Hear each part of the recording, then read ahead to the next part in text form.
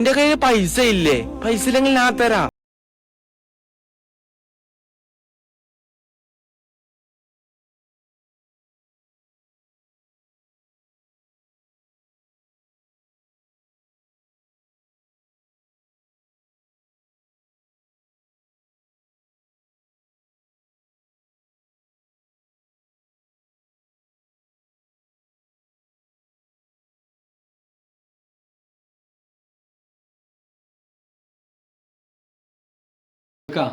നീ ആദ്യേ സോഷ്യൽ മീഡിയയിൽ കയറി നിൽക്കല്ലേ. ഹറാമിൻ്റെ പ്ലാറ്റ്ഫോമാന്ന് പണ്ട് പ്രസംഗിച്ചു.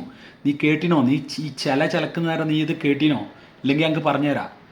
1000 കോടി രൂപ അമേരിക്കൻ കമ്പനി കൊണ്ട് എടുത്തതിൻ്റെ പലിശ വീട്ടുന്നത്. പലിശ അറിയോ എന്താണ്?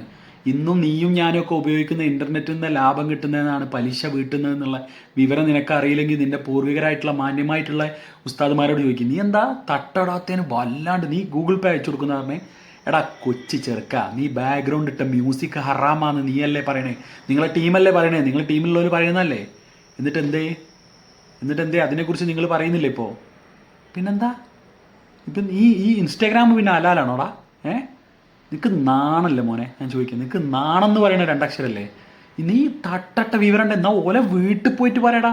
ആ മക്കളെ വിളിച്ചിരുത്തിങ്ങായി പറ, അല്ലാതെ സോഷ്യൽ മീഡിയയിൽ വെച്ചിട്ടല്ല ഉണ്ടാക്കുക. നീ അങ്ങനെ കണ്ടിട്ടുണ്ടേ മക്കളെ നിങ്ങൾ തട്ടിടണട്ടോന്ന് അവരോട് പോയിട്ട് പറ. നിനക്ക് ധൈര്യം ഉണ്ടേ പോയി ചിലക്കടാ. സോഷ്യൽ മീഡിയ റീച്ച് ഉണ്ടാക്കാൻ വേണ്ടിയിട്ടല്ലേ ഇവിടെ വന്നിട്ട് ഈ ചില മുഴുവൻ നീ ചിലക്കുന്നത്. ഒരു ഉളുപ്പ് എന്ന് പറഞ്ഞാൽ 3 അക്ഷരം കണ്ടിട്ടാ നീ. ഇവിടെ ഇൻസ്റ്റാഗ്രാമിൽ റീച്ച് ഇട്ടാൻ വേണ്ടി നീ കുറച്ച് കഴിഞ്ഞിട്ട് നീ തുണി അയച്ച് ചാടുമല്ലടാ.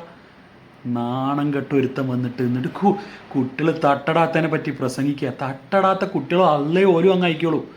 അതിന് നീ സംസാരിക്കാൻ നീ കുരുത്തോ പൊന്തിയോ ആദ്യമൊന്ന് മുളച്ച് പൊന്തി ഒന്ന് പന്തലിക്കട. ഇവിടെ മാന്യമായിട്ടുള്ള ഒരുപാട് ഉസ്താദന്മാരുണ്ട്. മാന്യമായിട്ട് ഇതിൻ്റെ ഒരു മൊബൈൽ ഫോൺ പോലും യൂസ് ചെയ്യാത്ത ഉസ്താദന്മാരുണ്ട് നമ്മുടെ നാട്ടിൽ. അറിയില്ല എനിക്ക്, ഞാൻ കാണിച്ചു തരാം. അവരെ വാക്കിൻ്റെ വിലൻ്റെ മേലല്ല. 2 കാലിന് മന്തുള്ളവനെ 1 കാലിന് മന്തുള്ളവനെ കളിയാക്കുന്നു.